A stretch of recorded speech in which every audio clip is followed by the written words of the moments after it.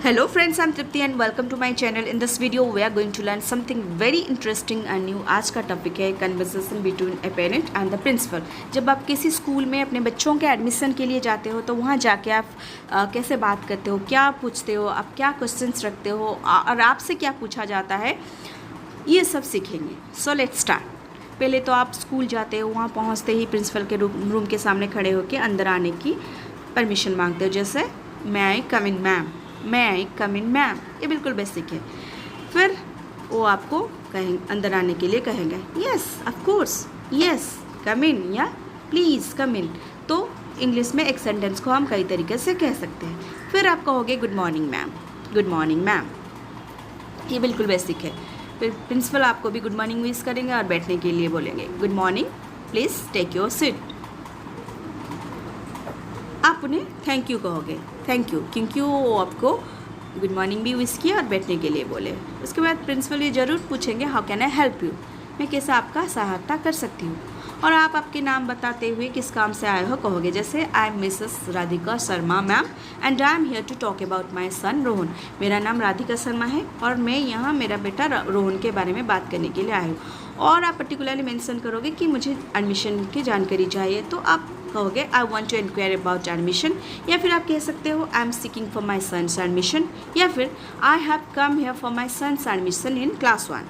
तो आप इसमें से कुछ भी कह सकते हो, क्योंकि इंग्लिश में हम एक बात को थोड़ा घुमा फिरा के कह सकते हैं। फिर आप कहोगे actually my son is studying इन UKG in another school but I want him to admit in this school in class 1।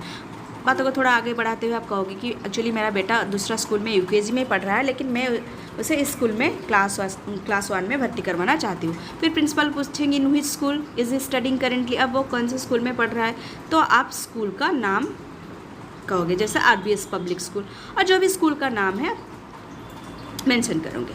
फिर उसके बाद प्रिंसिपल पूछेंगे okay are the final exams over, ठीक है, क्या उनका फाइनल एग्ज़ाम ख़त्म हुआ है, क्योंकि फाइनल एग्जाम्स के बाद ही एडमिशन मिलता है। आप कहोगे no they are not over yet, no अभी तक ख़त्म नहीं हुआ है, आप ये कहोगे। फिर उसके बाद और रिप्लाई करेंगे कि oh then let them get over first, पहले उनका फाइनल एग्ज़ाम ख़त्म हो जाने दो, फिर एडमिशन के बारे में सोचेंगे। तो ऐसे ही वो कहेंगे। फिर आप कहोगे यस श्योर, हाँ ज़रूर, actually I came here a bit before to know about admission procedures. Actually आप कहोगे कि मैं थोड़ा जल्दी आ गया क्योंकि मुझे एडमिशन के बारे में जानकारी चाहिए था, आप बोलोगे। फिर उसके बाद आप कहोगे I have heard a lot about your school, it's a great place for students and that's why we chose this school. Actually मैं स्कूल के बारे में बहुत सुने हैं और ये बहुत अच्छा प्लेस है स्टूडेंट्स के लिए, इसलिए हम बेटे के लिए ये स्कूल चूज़ किए हैं। फिर प्रिंसिपल कहेंगे that's completely your decision, there are only 10 seats left for new students of class 1। नए स्टूडेंट्स के लिए ओनली 10 सीट्स बचा हुआ है। फिर आप कहोगे, फिर वो कहेंगे and if your son gets the chance और gets selected then he can surely take admission in our school. अगर आपका बेटे को चांस मिला और उसका सिलेक्शन हो गया तो वो ज़रूर हमारे स्कूल में एडमिशन ले सकता है, वो कहेंगे। फिर आप पूछोगे कि how do you select the students ma'am, आप स्टूडेंट्स को कैसे सिलेक्ट करते हो, आप ये ज़रूर पूछोगे। फिर प्रिंसिपल कहेंगे will conduct an admission test next month, हम अगले महीने admission test written test conduct करेंगे।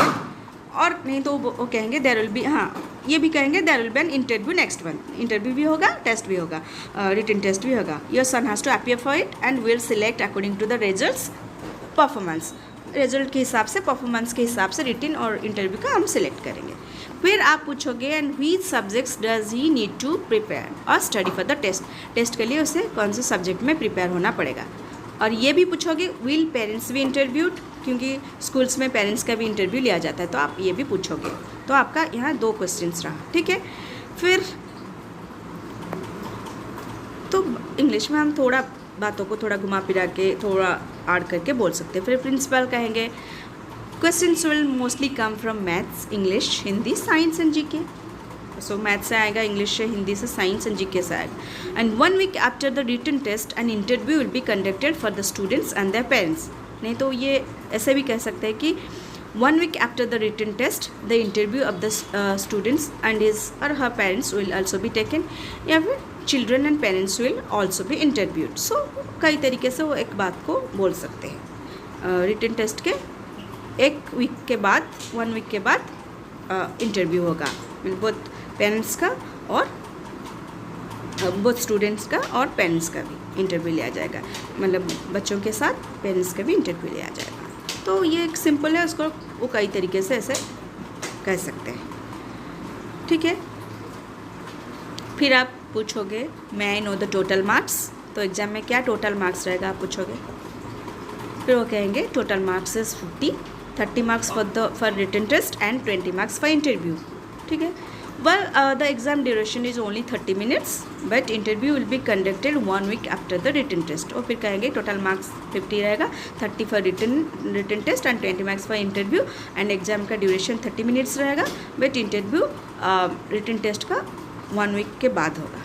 हो गया, ये सब क्लियर हो गया. तो आपको ये याद रखना है कि सेंटेंस कैसे बनता है और आपको कैसे कहना है, क्या पूछना है. तो आपको अगर आपका कुछ डाउट्स रहा आप मुझे बाद में कमेंट्स में लिख सकते हो, पूछ सकते हो.